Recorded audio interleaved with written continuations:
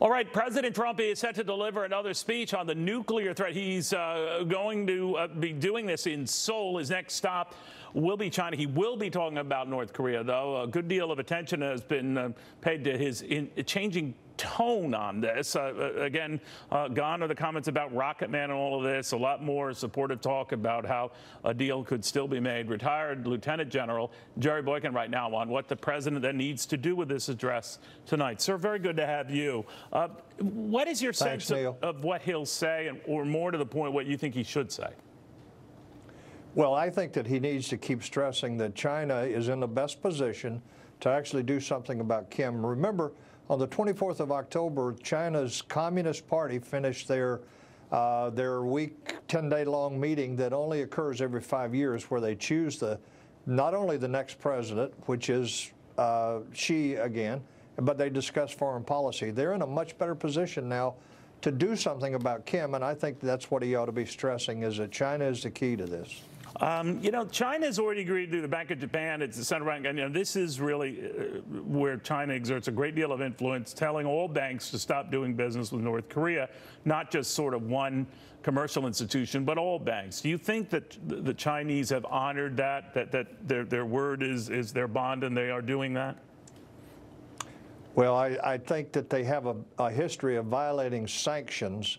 Every time we've imposed sanctions, even though they agreed, they violated it. So I think we have to go into this with a certain amount of skepticism with regards to China. But also, remember, Trump's policy: you do business with North Korea, you don't do business with us.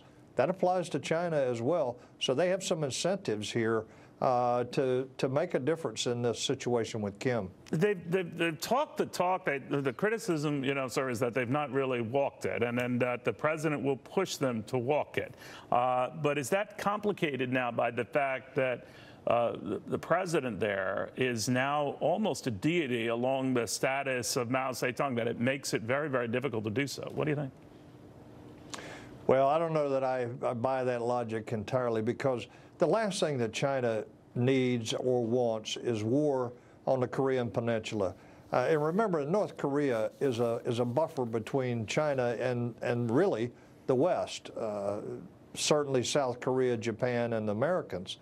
But I think that they don't want war there. They don't want refugees coming across their border. And I've heard analysts say they don't care. Yes, they do care. It's a huge problem for them. And economically, China's got some real serious issues. So I think they have every reason to want to resolve this short of war.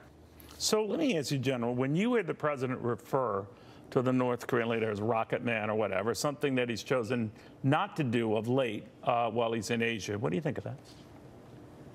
Well, it's not a term that I would have used, but look, this is Donald Trump.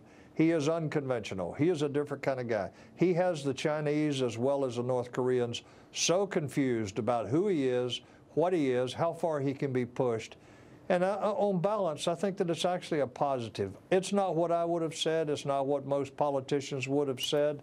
But he's not a politician, and that's exactly why they don't know what to think of him. They don't know what he'll do next. Yeah, there is that. General Jerry Boykin, thank you very much, sir. Very good seeing you. Thank you, Neil.